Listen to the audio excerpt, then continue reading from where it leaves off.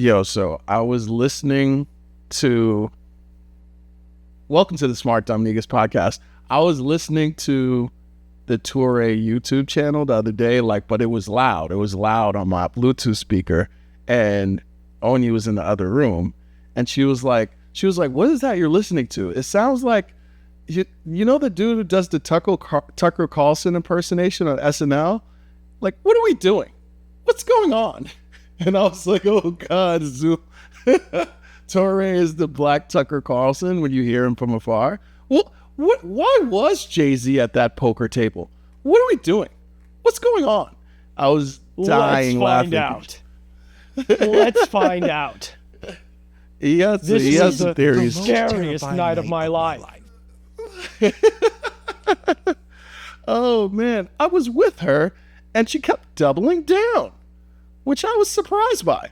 Yeah, I think it's great because he's got a dry sense of humor, which sometimes helps to offset his completely bullshit takes. He has great stories and then also completely bullshit takes. So it's a perfect combination of internet brain rot. Yeah, I love Touré's channel now. It's funny because we were talking about this before, how I used to think he was really annoying. I used to think he was annoying when I was a kid, and I would see him do interviews. And I can't pinpoint specifically why I thought he was annoying. Maybe I thought he was soft. I don't know. Or maybe it was both. Maybe I thought he was soft and he was annoying. Pause. But now I find his channel so entertaining. I love the stories he tells. I think he's a great storyteller. And I can appreciate how credible he is as a journalist and how credible he is as a voice. And credible voices, man, do we need credible voices in the sphere of this chaotic soup of misinformation and the podcast garbage airwaves of what's going on in the world. Yo, for real. I mean, I think it's a really great jump off to the topic of Dr. Cheyenne Bryant. Dr. Cheyenne Bryant. And I was really impressed by this story. AKA Charlatan Bryant. AKA Charlatan Bryant, like as you called her in the text. Charlatan Bryant, yep. Charlatan Bryant. Yo, you know what's crazy? People come after Dr. Umar, but you can find his dissertation online. You can find Dr. Umar's thesis dissertation online, and it's very quickly searchable. And I think the title is... You just can't find his school. You just can't find his school open. Yeah, no, of course. You can't find his school open. He said, I went to a school. I didn't create one. I'm trying to, but you'll never see it. He also did the due diligence. And I think one of the funniest things about the Dr. Cheyenne Bryant story is how it unfolded, of course, but also she is probably the only black woman I've ever known to not have evidence of her degree. Not a photo, not a framed picture on the wall. There's no black woman I've ever met in my life. You and I have been in some great educational institutions. We've met some amazing black women through our lives. There's never been a black woman who's educated, especially past the level of a bachelor's degree. But let's even include that. A bachelor's degree who was yeah, no, I don't know where I put my degree. What? Where they do that at? She's you know how niggas always rap about beating the odds? Yo, I was beating the odds. You know what I mean? She beat the statistical odds. She's the only statistical educated black woman with no proof. With no proof that she's educated. She's another only fan. She's another only fan, man. She's the only fan of her degree. She's the only fan. She's the only fan of her degree. Yo, we need to start putting different frauds on a website just called OnlyFan and just exposing them as the most only fraud. And I think I had this theory a few years ago. This is actually quite a few years ago. I had a theory that influencers are dead, but long live the influencer, because what I meant by that is influencers are dead because they don't have any means to stay relevant or credible, like you mentioned, right? And there are so many examples of influencers, especially in the black space. Like I don't know what they be doing over there. There's white niggas. Dr. Phil, he could live. Like that nigga will live forever, and just off fraudulence, right? He's a doctor, but he also is a doctor. So it's like I can't take that away. I can't take that away from homie. It's like Dr. Oz. Dr. Oz has been peddling bullshit for like 10 years, but he's also a doctor. So it's like I can't take it away from him. Dr. Zizmore got more credentials. Dr. Zizmore got more credentials than Cheyenne Bryant. Thanks, Dr. Zizmore. Yeah. You know what I mean? Thanks, Dr. Zizmore. Yeah, and it's like I can't take those away. Dr. J got more credentials. Dr. J's and Dr. J. Dr. J's and Dr. J got more credentials than Cheyenne Bryant. Yo, Dr. J's used to have the deals, bro. Yeah. Dr. J's used to have the guest denims. I was with it, yo. But yeah, I mean, this was years ago. There was an influencer named, you remember this guy Derek Jackson? And he used to do videos from his car.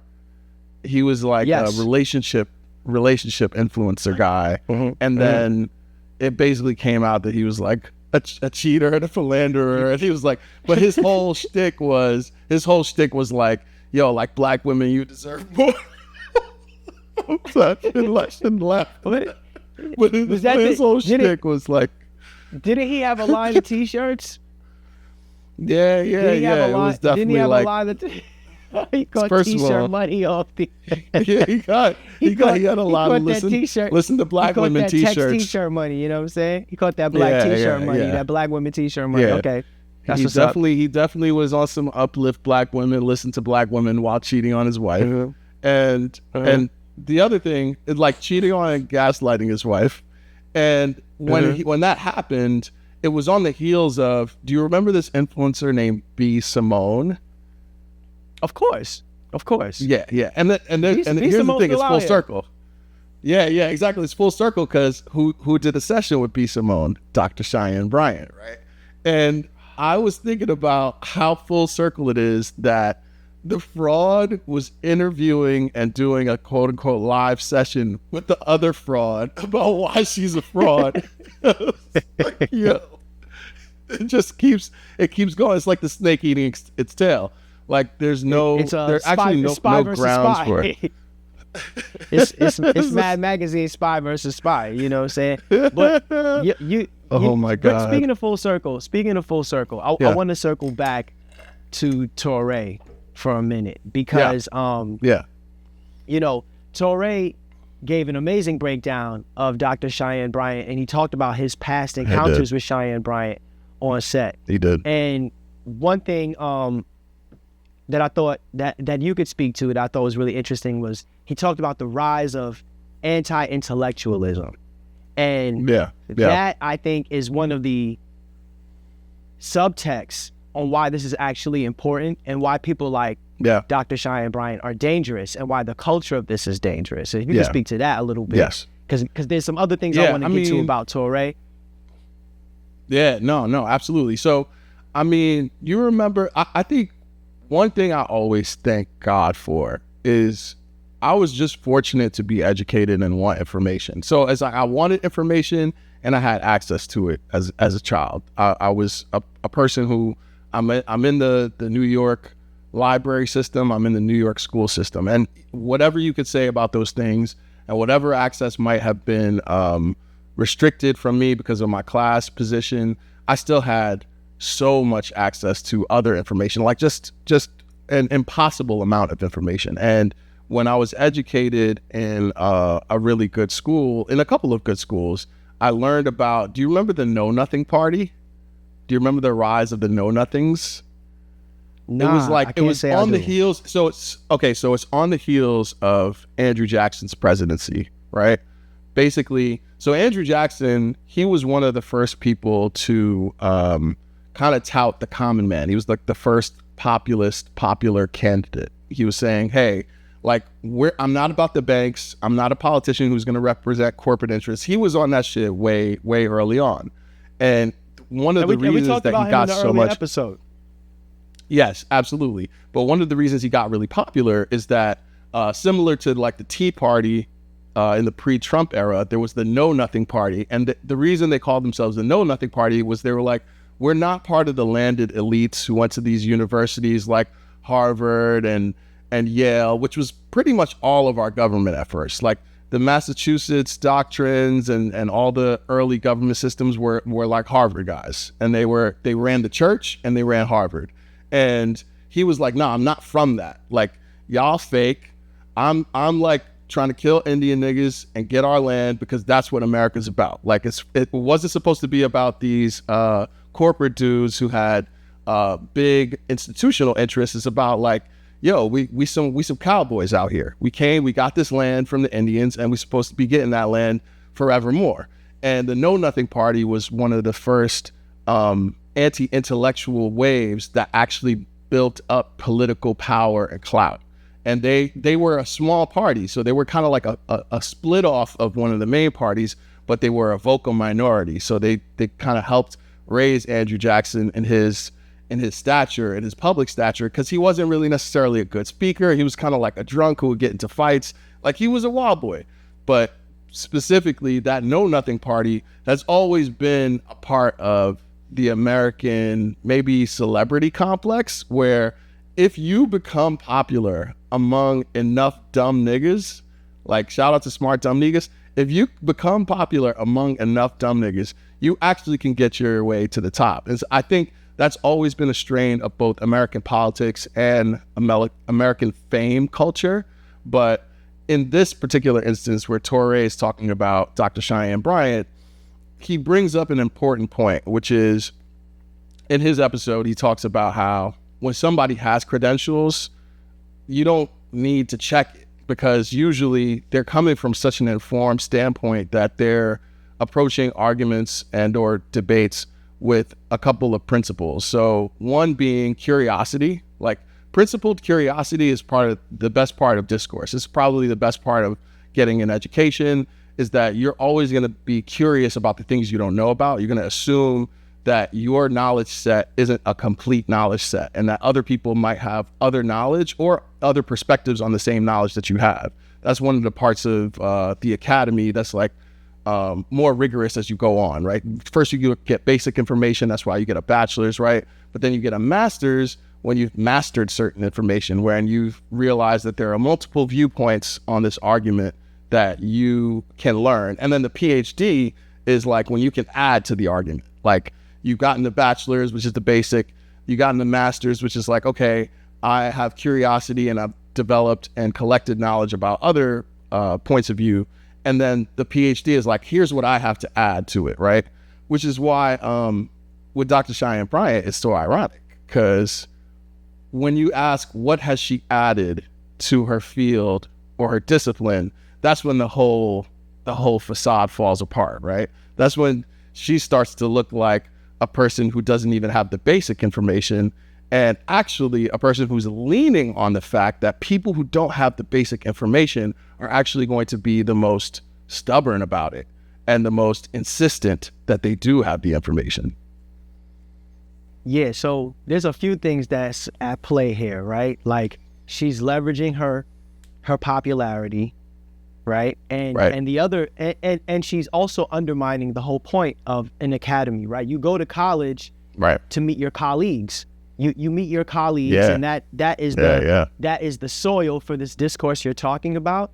And people in her field, other professionals, her colleagues, are calling her to task, and she's like creating these other walls that have nothing to do with this process of intellectual discourse that you're talking about, right? Like, yo, I'm adding on to this, right? And I think one thing that Touré specifically brought up, well, just circling back to bring in the spirit of credibility, why Touré is interesting in this dialogue, right?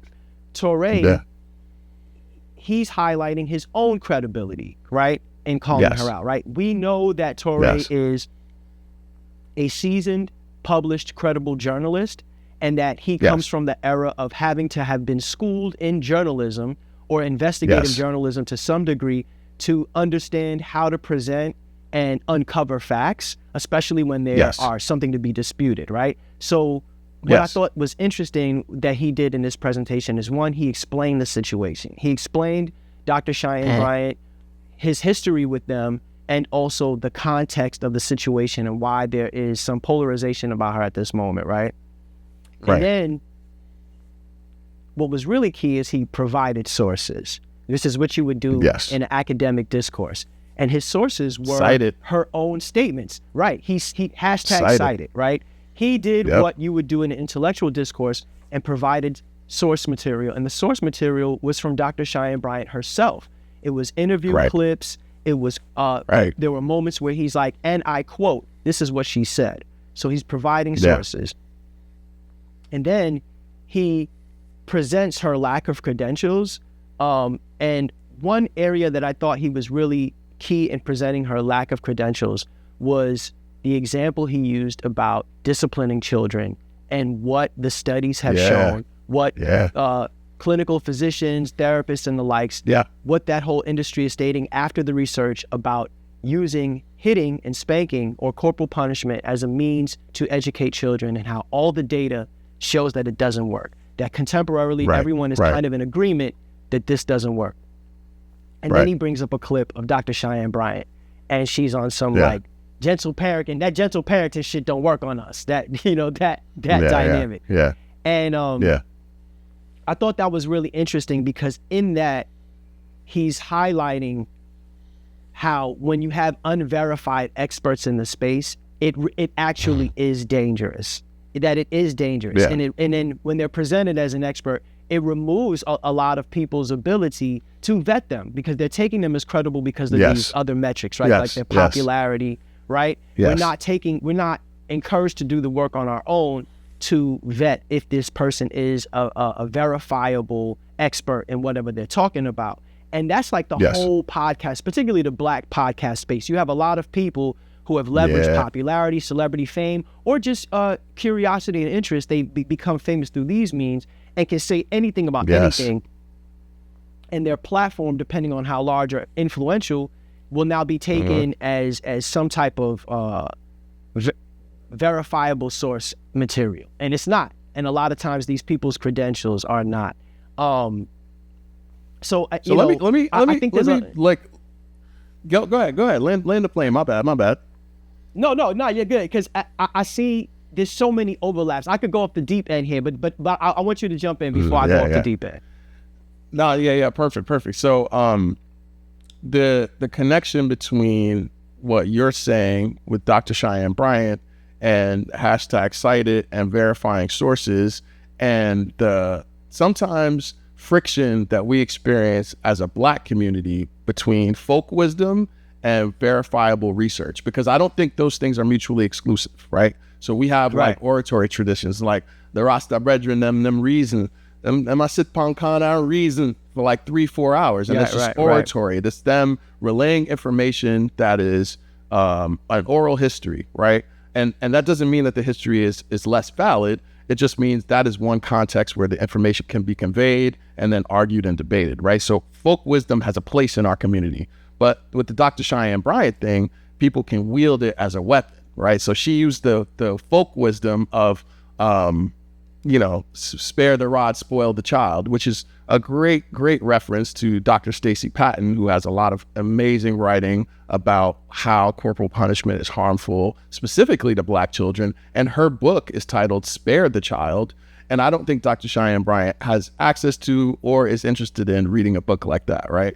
But Touré was really key in citing that, and like brings in a clip of Dr. Stacey Patton, right? And before we get too meta and start to talk about videos that talked about videos, I think the most important part of this is how the Mark Lamont Hill effect has actually bruised the podcast space. So Mark Lamont Hill, who's on the Joe Budden podcast and has been for some time now, was signed as a cast member to lend credibility to what I would call is like a folk wisdom space. And like I said, that doesn't mean that folk wisdom isn't inherently good. It is. There is folk wisdom that we carry with each other as a people. We carry certain scars, we carry certain information for our protection, which is like, yo, you don't go out on the street after the street lights go out. That's folk wisdom, right? It doesn't mean that there aren't also culturally,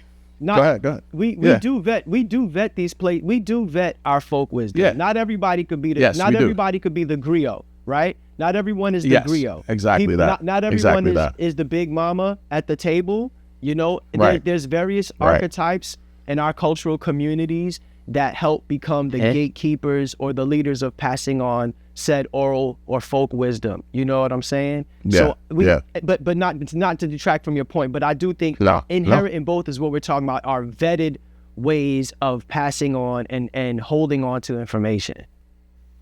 Absolutely.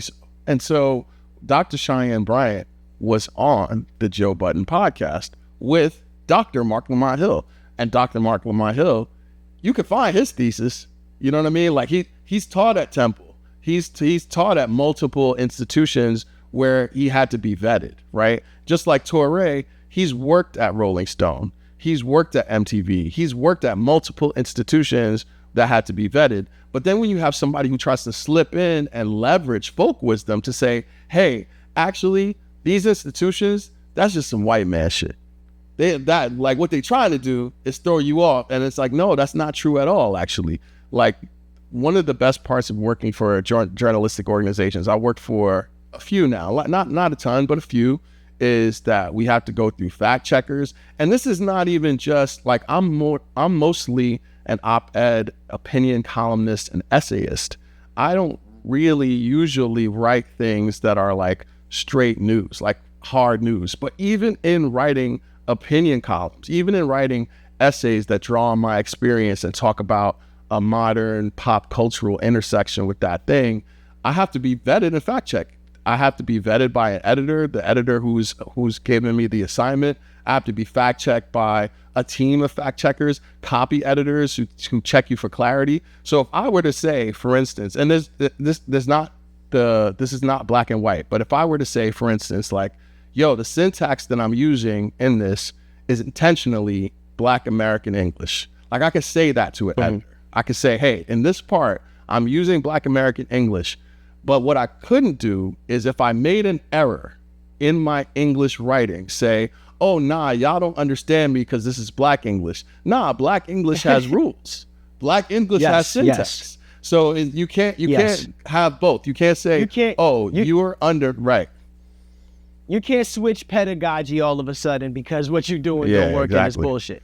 You know, and also to your point, even as someone writing op-ed, you just gave a very well-informed briefing in something that had historical context with Andrew Jackson, right? Which means that as an op-ed, as a credible op-ed editorialist, you also do credible research, and research is part of the discourse, right? You have to do research to get your master's. You have to do research and then verify this research in your thesis or your dissertation when you're presenting for your PhD. It's funny you bring up even Mark Lamont Hill, because what's great about him is he can check multiple boxes, right? He has the quote unquote classic formal education, and more people are discovering that he comes from the conscious community, that he grew up at Touré, that he came up grown in the school of thought of Dr. Malachi Z. York, who has his own polarizing legacy, right? Who's someone who authored hundreds of books, many of which have plagiarized information from other books. You see that legacy passed down to someone like Brother Polite, who's now serving time, who also claimed to have authored, dozens and dozens of books in the same tradition. And it's kind of like, all right, in these 80 books you wrote, like, you wrote them kind of fast, homie. Where did the information come from? What are your sources, right? You know what I mean? You wrote them kind of fast. Yeah, you know what I mean? But also, like, I think there's an interesting overlap in all of this space and the internet and culturally with like verified information, credible sources and lack thereof in these extreme spaces, right? Like I find there's this whole like, when it's kind of like, all right, it now in this anti-intellectualism, we're in this era where books are now being banned, right? It's almost like we're in a book burning era, right? Ironically enough, and we've gone full circle to that degree. So now there's all of these theories to be postulated on in the internet and all of that. And now you're starting to see this strange overlap. It's like it's all melding back into itself. So let's say like now the schools don't want to teach about slavery. they're like, yo, it's almost like they want to wash away as if slavery didn't exist. And I find a tangent between that and like Holocaust deniers. You know what I'm saying? It's like the Holocaust was a hoax. It's doctored footage. You know what I'm saying? It's right. Okay, what about like OG with the tattoo with the serial number? Like he did that. You know what I'm saying? So it gets to be wielded as a weapon now that you can refame this kind of revisionist history. But it's also funny because then it's like there's this other part of the Venn diagram that you and I was speaking with, where you have the Black conscious community that talks about like, well, the indigenous Americans are Black, and what you know to be slavery and how you think it went down, it didn't go down like that. So now it's like, did slavery exist? It's like, wait, you mean to tell me that like y'all agree with each other now? Like the staunch right that saying slavery didn't happen kind of agrees with the Hotepian homies that's like, nah, slavery didn't really happen like that. You know what I'm saying? What about all the indigenous Black Americans? Now, mind you, I'm not saying that indigenous Americans aren't Black, because when you go into the traditions, particularly in states like Florida, and then you just look at geography, that maybe the Florida Keys are in expanded parts of the Bahamas or whatever, like, and that everywhere else on the planet, indigenous peoples were dark, and then somehow only in North America there's this racist idea that the archaeological and anthropological community has, that there was no one in the Americas and there was just this big land mass, the Bering Strait, and people from Siberia came and they came through Alaska, and somehow they just sprawled out from Alaska after crossing this land bridge to the rest of America and became New Orleanians? Nah, I'm like, nah, them people that built pyramids. Yeah, there's pyramids out in Louisiana right now. There's mountains in Ohio. Like, what you mean? This river kind of like the Nile over there. We doing so. It's just funny though, these weird overlaps, and you know what it makes me think of too is just like as these things go full circle. And this is super tangent. Malachi Love Robinson. Do you remember who Malachi Love Robinson is? Nah, who that?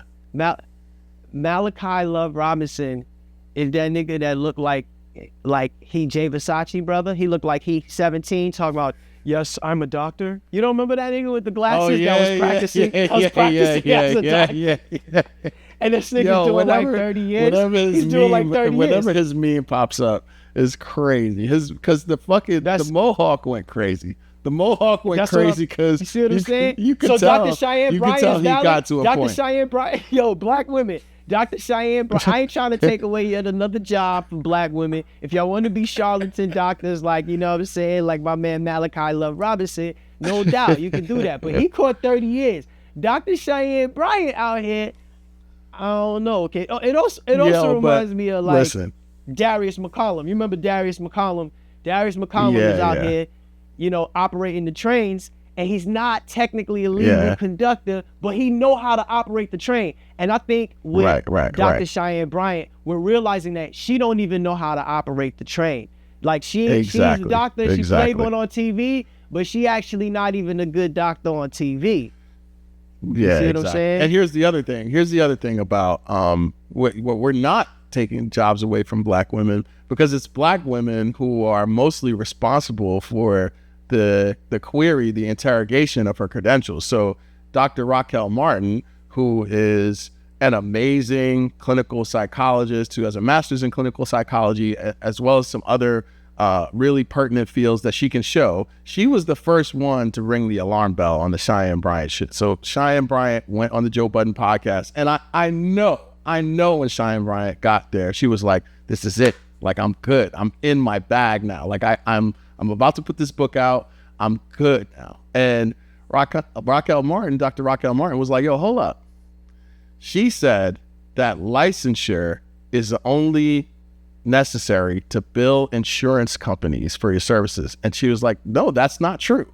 Licensure means you have to update your knowledge, means you have to reply to or comply with regulations that are determined by a board. It means that clients of yours, if they have a complaint or a violation that they need to report, they can go to your licensing board and report you. They can have an investigation conducted. Like, those things are very key to keeping any kind of credential. You know why? Because it's called a fucking Why? license, and license means permission. And niggas is so we so Exactly. smart, y'all dumb niggas now that we forget you need a marriage license, you need a driver's license, you need a gun license, right? Like, and yes, we could get into all the moral science about like, nah, y'all don't got the permit, but the premise is you need permission, and the permission was granted because you took the steps, and that's what Andrew's talking about. You took the steps to verify that you can do the things to be like, nah, that's why we collectively agree to have permission to do this. Here's the key irony, though, Cav. She lost both the ability to claim the license she didn't have, and she lost the community license by going on the Joe Budden podcast and exposing herself as a fraud. So she didn't get to the end point. She didn't get to the end point she needed to actually achieve a doctorate. She also called it a doctoral degree, which is like that's neither here nor there. Like, she said she was in a doctoral program. You know why? Because the doctoral. She's that's her ghetto name, Doctoria. Her name is Doctoria. Doctoria Alicia. Doctoria Quasia. Nah. Congratulations. You know what she really is? Obama. You know what she really is? She's nature girl. She's nature girl. Nature girl. Oh my god. Oh my god. Yo. So she both lost her ability to claim licensure in the so-called like accredited space, right? And she lost her ability in the folk space because she went to the folk space like she had the credentials from the other space. And here's the thing that I'm actually really proud of, and this is why I'm like, influencers are dead, long live the influencer. I'm proud that as a community, we all came and was like, nah, this is some bullshit, bro. Like, we know some bullshit. Wait, like, I remember when my cousin was in college for 7 years. Speaking of black women in their jobs, black women sleuthery unmatched. Black women sleuthery is unmatched. And it was a black woman sleuth that also outed Nature Boy. You know what I'm saying? So Nature Boy was outed by a black woman sleuth, Dr. Cheyenne Bryant. So that's really so that apparently that job for black women is still intact. Investigative reports. Another 48 hours. Black women ain't letting that shit slide. Well, here's a question for you. We have a pretty good internet history now. We've got probably 20 to 25 years of internet history. I've deleted some tweets. I've deleted some tweets. You know what I mean? Who do you think are the biggest black internet frauds in the history of our short run with the internet? Because I mean, Malachi Robinson, that's an amazing call out right there. He's a hero. He might be a hero. They believed him. No, I'm not going to call him. First of all, he did some gynecological exams that I'm not going to endorse here. I'm not going to endorse that. This thing was on some fucking Henrietta Lacks in reverse. I would say Dr. Umar Johnson, but he almost is saving himself. He's almost saving himself by becoming like the character of himself. It's almost like he gets his own shtick. He gets his own. And shout out to Touré. Touré was like, this is a bit, right? Like, he's on his Touré. What are we doing? What's going on? This is a joke, right? So Umar's up there. Man, I'm trying to think biggest. Okay.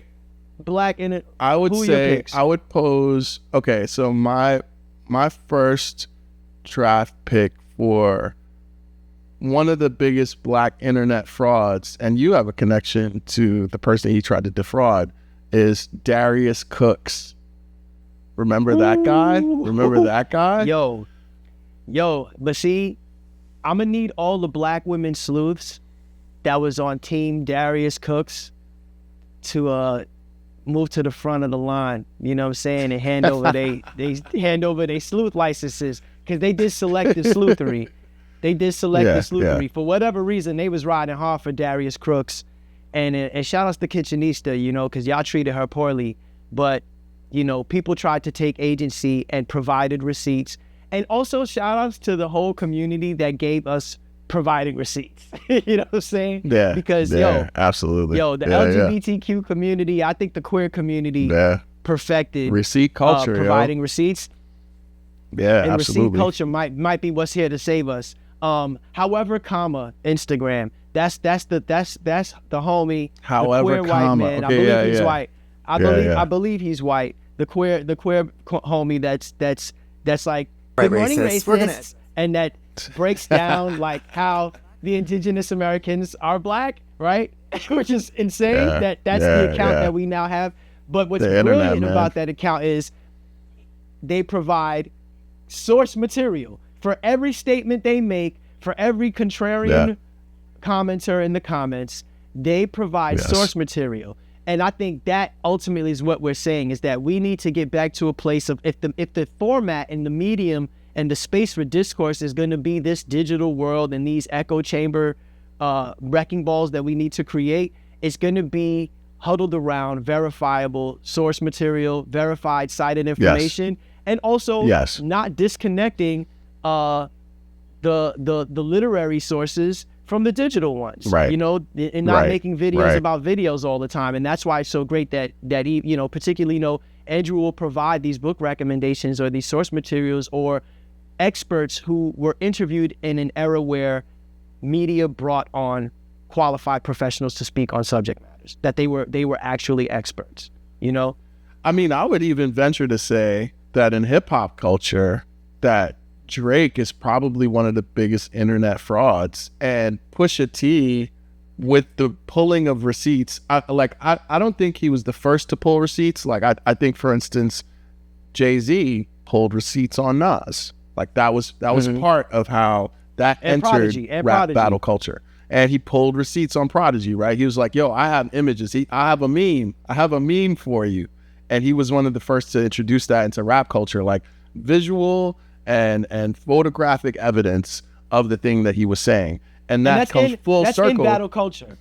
That's in battle culture, though, right? Particularly the modern version of battle rap, where it's not MCs rapping on a beat and trying to outperform one another through what's called in the East Coast off the dome or impromptu rap performance, right? Where I'm going to deliver a better impromptu rap performance, spur of the moment, right, on beat. That was battling, and then it morphed into this current iteration of battle, which is almost like hip hop vaudeville in a way, right? Yes. But in that battle structure, when you're really coming at your opponent, you are bringing verified information for their failings. You know what I'm saying?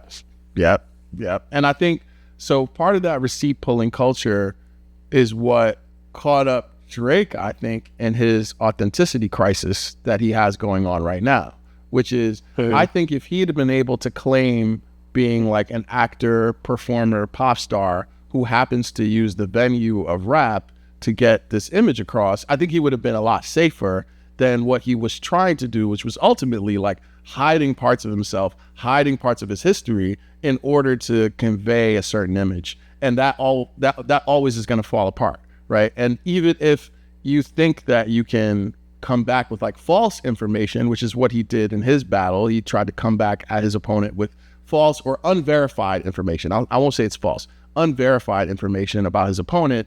And that kind of caught him up in both of those worlds, right? Where the folk wisdom was like, nah, this don't seem like, I don't know if this is true. And the fucking sleuthery was like, nah, there's no evidence for that. There's no receipts. And I think like, one of the things that we have to do to save the internet and to save Black culture from internet culture is to provide examples of when someone's fraudulence actually undermines all the expertise, undermines all the experience, because sometimes it's a posted or it didn't happen culture, and posting it with the appearance that it's real is enough for a certain group of people, probably a vast majority of people. But we have to come behind that post and say, actually, this is what's really happening here.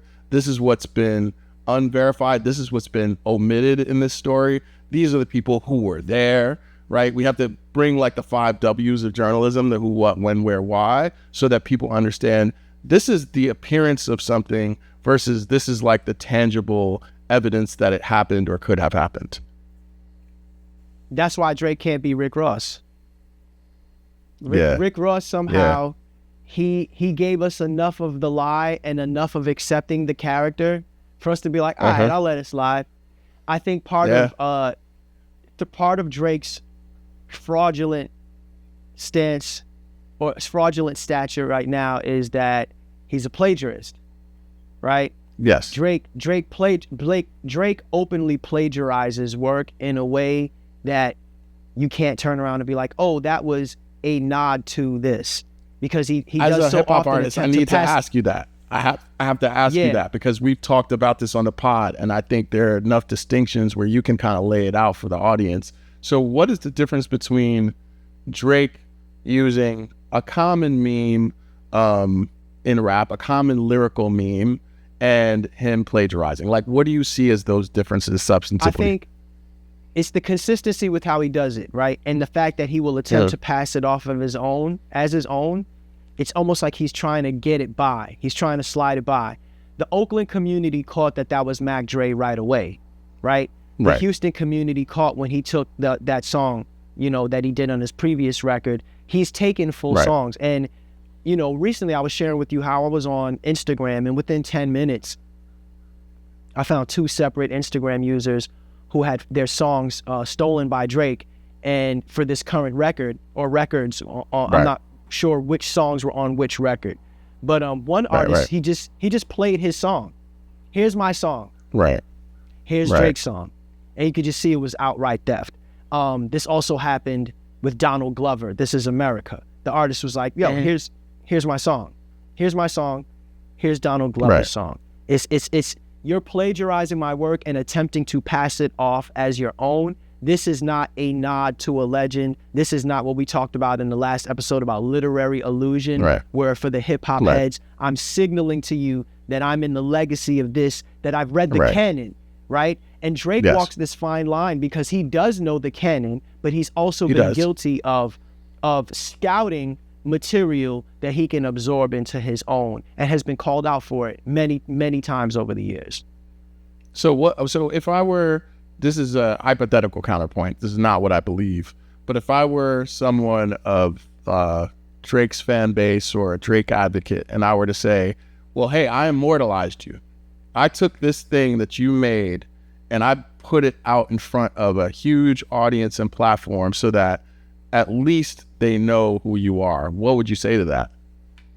I would say that's false, because when you've done that without the context, you've actually disenfranchised it. You've completely removed it from its source point. If you have not given any indication, breadcrumb, contextual framing to where you got it from, when you're attempting to just pass it off as your original thought, no, you're not immortalizing it at all. You're actually killing it. You're killing it. Yes. You're killing the impetus. You're killing its origin point. You're killing the original inspiration that generated that, and you couldn't find inspiration on your own, so you're now going to bastardize that and make it your own in that way and give no credence to its lineage, what it came from. No, that's not immortalizing at all. Quite the opposite. Yeah. I mean, and also there's the compensation part of it, right? Where if I'm making my art for compensation, if I'm making it so that I can be rightly credited for its creation, rightly compensated for its creation and for its distribution, and I now can't do that because you've taken the thing that I made and profited off of it yourself, and so that there's no recognition of the origin of the source point, right? I think that's another key piece to this.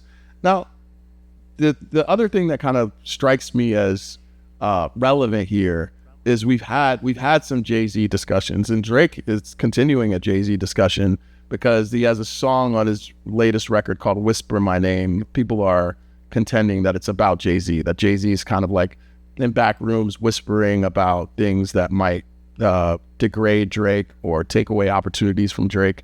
And Jay-Z has also been similarly accused of plagiarism in some form, where the illusion, it's like borderline illusion, but if people aren't familiar with the reference point, then it's not. Now, I think you could speak a lot better to this than I could, because when I think about Jay-Z, I think he's like a writer's writer. Like that might be my one bias toward him, is like I see him as a creator of his own work primarily, and one who admires the work of others enough to reference it. But those others, at least as far as I know, those others have been widely recognized as well, right?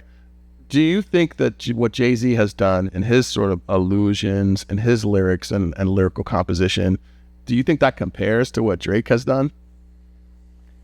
They're both walking the fine line. In my opinion, Jay walks it better. When people throw insult at Jay for doing it, the examples of when he's doing it are not hidden. They're very easy to find. And I think Jay, right. And you also get to see some of the generational gaps in the understanding of what Jay-Z is doing. Yeah, of course. I think Jay-Z was following a blueprint that Biggie mapped out. In Life After Death, Biggie showed that to be a viable commercial artist, you had to appeal to more than one region, right? He was going back to Cali. It was Bone and Biggie. You know what I'm saying? Yeah. I'm gonna rap with Bone Thugs and be me, but not at they shit, right? Yes. So I think Jay-Z. That's a kind of source attribution. That's a kind of source attribution, right? I think Jay-Z nodded at that. That's why you get the Juvenile high moment. He had his ear to the street, and as an artist in that point of his success, potentially had more ready access to what other emerging artists from different regions were doing. New Yorkers weren't up on Juvenile like that. And you could say, now mind you, Juvenile didn't know in the beginning that Jay-Z took the song and did the thing, right? But I think afterwards, the difference between Jay-Z and Drake is that Jay-Z didn't hide where he got it from, right? And now you have this moment, this cross-pollinating moment. We saw that even with Three Stacks, with some of the regional collaborations that Three Stacks did. Like, nah, I could be on this type of record, right? Yeah. And I'm going to throw shine at it. And Drake has done that sometimes, but it's often always wrapped in how to bolster himself. And it's not that Jay-Z doesn't do that, but I think Jay-Z was moving from the stance of, I'm already bolstered, and I get to anoint and appoint, right? I'm moving, whether it was true or not, but it was moving from that space, particularly for the New Yorker and as New York as a source point. Like, nah, I'm going to take y'all with me and show y'all what's going on here. This is how they do it in Houston. And for a lot of New Yorkers, Jay was their usher in that way. He was their introduction to these other ways of doing it, collaborating with the Dog Pound, even though Nas did it first with the Firm, you know what I'm saying? But and shout outs to Nas. I think Nas doesn't get a lot of credit for how he operated on that same blueprint, because when the Firm album happened and that collaboration between Nas and Aftermath and Dr. Dre predates all of that, the dynasty, right? And it is the blueprint for the dynasty, actually, down to the characters. There's even the same characters. But Jay-Z has other moments maybe where it's questionable, 12 a.m. and we back at the club, right? That's a go-go song. You know what I'm saying? Yeah. Jay-Z was nodding at go-go culture, and maybe if you weren't from DC, you didn't know that, and you thought that was just Jay-Z coming up with that. But I think the breadcrumbs weren't intentionally obscured for you to find with Jay-Z. We talk about him borrowing from people stylistically, like the Young Gunners. I don't think that was a secret. There was a lot of cross-pollination with Philly rappers and Brooklyn rappers in the State Property era. And they were on his label. Yeah, they were on his label. He didn't take outright lines from the Young Gunners, but he definitely nodded at their style. But he also made it his own. He did things that he didn't rhyme exactly like Freeway, because Freeway rhymes like Freeway, right? But he showed you that I can be it's kind of like the Bruce Lee. You got to show all your styles. You get to each floor to fight each, right? Yes. And Jay-Z's showing you that, I'm the best because I can hang with the best of any region. They may not all be able to come where I can go, but I can go where all of them are. And I think Drake dances like that's the dance. He's like that's the choreo he's trying to follow. Yeah. But that's not. It then becomes wrapped up in something else. Like, nah, I just am this. I am Jamaican now. I am, you know what I'm saying? Like when Jay-Z, did his Jamaica moment, he didn't try to sound Jamaican. You know what I'm saying? No. Drake will become a method actor in all of these things that he samples from. Yeah. Which I think would have been a better and a more credible route for him to go if he just said, hey, like, I'm an actor as a performer. I'm an actor who borrows from these things, and I occupy and inhabit the character when I do this rap performance. And it's a really great callback to that last episode we did, because I actually had a chance to sit with the Drake albums, and I sat with the song that I played for you. Like, it leaked to the internet as something different. That's, people were calling it 1 a.m. in Albany. Leaked, but quote unquote, leaked. Leaked to the internet, right? And then it actually appeared on the album as a song called Make Them Remember. Now, I think it was Drake's Cheyenne Bryant moment of telling on himself, because the lyrics on that full Iceman album are so abysmal. They are so beneath even his bar of performance, even his standard, that song, which starts out with 2 or 3 double entendres, starts out with a couple of like pretty complex metaphors, even for the average listener, is a complete outlier, which makes me believe, like my suspicion when I first heard it, that he didn't write it. Like, it has that Hollow to Don style. Like, people once postulated that Hollow to Don was one of Drake's writers, and they were very closely associated for a very long time, especially during the, if you're reading this, it's too late moment, and when he started to use Quentin Miller and other songwriters. So that kind of laid the evidence bare, right? Where it's like, if you can do this thing that you claim to have the mastery of, then do it, then show your work. One of the times that I've worked with like an amazing teacher, or like a meditation and mindfulness teacher, she told me one of the most important things that I've ever heard from a teacher or a knowledge bearer or a knowledge holder, which is, when you go to someone and you are going to learn something that they learned, ask who taught them. Ask who taught them.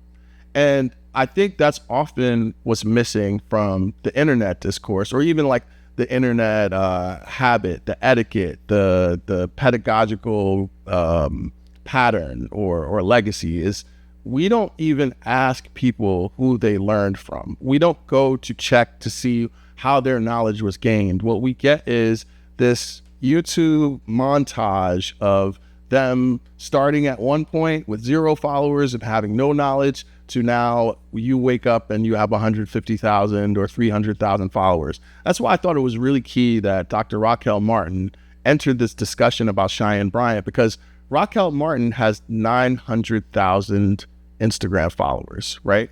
But she doesn't rest on the laurels of her follower count, because I think if she did, she would probably just try to get more followers. But to someone like Dr. Cheyenne Bryant, I think this was a huge blind spot, because she probably doesn't even register someone with 900,000 followers. She's like, I already got to Joe Budden podcast. I already talked to Cam Newton. I already talked to Nick Cannon. They can't really hold me, because I'm at 4 million. I'm at several million followers, right? But several million uninformed followers will quickly become enemies to your cause of creating this appearance of, expertise, when someone with 900,000 followers, to whom she's proven her worth, she's proven her salt every way. You could tell who she learned from. You could tell what she learned. In fact, one of the main parts of the Dr. Raquel Martin post that I really, really appreciated, as she broke down this whole controversy about licensure, Dr. Cheyenne Bryant, influencers, why we should be wary of social proof that comes from social media and go into more tangible and verifiable proof, is her acknowledgement that as Black people, we don't necessarily have the same history of trusting these institutions, and we shouldn't. We shouldn't trust these institutions, because in many cases, it's written into their laws and bylaws that we are excluded, including the United States of America. So I can understand why people don't go to that first. But like we talked about earlier, we still have our own methods of verification, right? So with Jay-Z, there's a method of verification that he uses when he lays out those lyric patterns. And his method of verification is, does the song that is popular from that region or artist exist that is easily searchable? and that's true in most cases, in all cases, I would say, a song from that region or artist is easily searchable, and then the thing that he's borrowing from can be found. Whereas with Drake, it can't be found. In many cases, it's either someone comes to the fore and says, hey, he learned from me. He learned that thing from me. And it hasn't been cited. It hasn't been attributed in any way. I think, well, yeah. No, well, they're banking on that. And what they're banking on is their millions of uninformed people can somehow cloud or override that one person whose voice is harder to find about, hey, they got this from me. And, you know, to your point about verified information too, even in the conscious community, say, you know, in the nation of gods and earths, someone would ask you, the books and the information was passed down to you from specific individuals. You could track with you know, oh, okay, who gave you the knowledge? Oh, I got it from Drew, and Drew goes to this temple, right?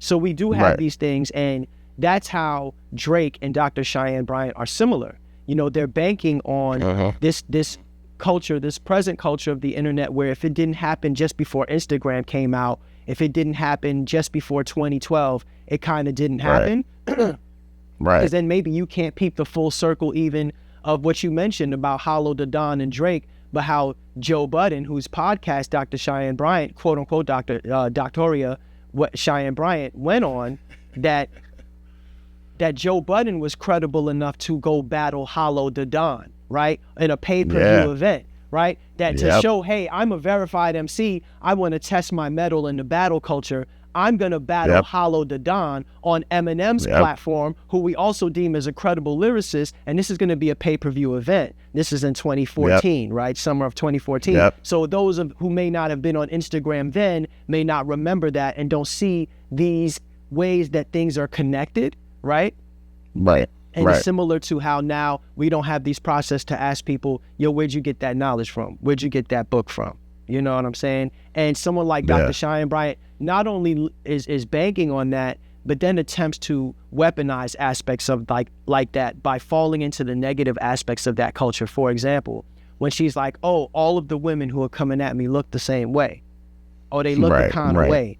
So she's now equating her look and her celebrity look and her celebrity polish to somehow holding weight with her credibility. And here's these other black women who are just black women who are not leaning on their look, their celebrity, that don't have PR, that are leaning on their credible skill sets, their degrees, that they actually did the work. And now they're not meritable because they don't look like Dr. Cheyenne Bryant. I don't know if that was like, I'm cute and I'm light skinned, so I think I'm better than y'all. Like something was very fishy about that, but it plays into the same culture of amnesia that everyone on the internet is so willfully falling into and lulled to sleep by, like, oh, nah. And that's why you can have unverified experts, you know what I'm saying? Any you know, non-hip-hop white guy that could be a former racist can come and be the number one critic on rap albums. You know what I'm saying? Right. And then you could be like, no, I'm gonna pull the receipts on when they was a racist. I'm gonna pull the receipts on when they was a racist. Oh, but it's too late now. They have the biggest platform to talk about whether or not Billy Wood's album is an 8 or a 9. You know what I'm saying? Right. And you know what? I want to bring it full circle by saying, but even in folk wisdom, we have God don't like ugly.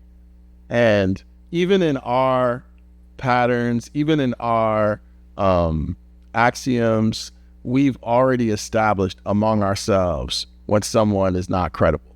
And we need to trust that process because it is a process, that kind of vetting. We need to trust processes that our people have gone through because we were in institutions, like I mentioned earlier, that weren't meant for us. And our people still got through the gauntlet, right? So we need to trust those people when they tell us that, hey, something don't look right here. I was watching Cav on Stage's podcast, and someone said she has too many original stories for this not to be original experiences for this to be true. And I was like, yo, original experiences, that's actually a fire ass podcast segment. I'm like, yo, original experiences, when you have an original experiences that no one else ever had, like like put your thinking cap on, like they used to say at school. Put your thinking cap on. Is this what's too the original? rites of passage? If you're gonna make it a combination of formal practices and folklore practices, what is the rites of passage? What is a verified rites of passage to deem someone credible, to deem them an authoritative voice or a companion in information that we know we can trust? What is the rites of passage? And I think we need to come up with things that the new internet culture is going to be to make cool hashtag cited, to make cool pulling receipts. And it's funny because as much as Black culture innately teaches the internet how to be the internet and how to be cool, it's interesting to watch this era of non-Black creatives and content creators be the ones pulling receipts and verifying our own Black culture back to us, like however, or like the Asian girl that's out here talking about everywhere on the planet indigenous people are Black. Duh. You know what I'm saying? And it's funny that now that's credible. When we're seeing like non-Black people do it, we're like, see, another face. They know about it. That's how you know it's credible, right? And they have to be the ones to pull our own our own sources back out for us. It's very interesting, but we don't have to agree on everything because we are not a monolith. But what we should agree on is that it's valuable to have a rites of passage. That's absolutely true. I also want to wrap this episode by telling people not to use the AI summary, right? Like to recognize that AI is a tool that Google search is going to completely deprecate and become just an AI chat. They just announced it this week. And Phil Lewis, one of our great journalists. There are other search engines out here because Drake is out here being the AI summary of rap right now. Yeah, exactly. That's true. And with that brilliant note, I want to thank everybody for watching the Smart Dumb Negus podcast. Y'all really coming along for the ride. I'm so grateful for the audience, for everybody who comments. Please like this video, share this video, subscribe to this video. We need motion on other platforms, right? See, look, that's 2026 official honoree, the Webby Award. This is my verification. It's part of my degrees. You know what I'm saying? It's part of my degrees. Dog. You know what I mean? Cav is out here on YouTube. Exactly. Cav is out here on YouTube. Subscribe to the Cav channel on YouTube. Subscribe to Big Black Commentary on Substack if you want additional content, essays, research. We here to cite it, bro. Yeah, indeed. And appreciate y'all for watching, man. Make sure that you subscribe like Andrew says and continue to tap in. All right, bro. Peace. Flourish, nigga. Flourish, nigga. Flourish.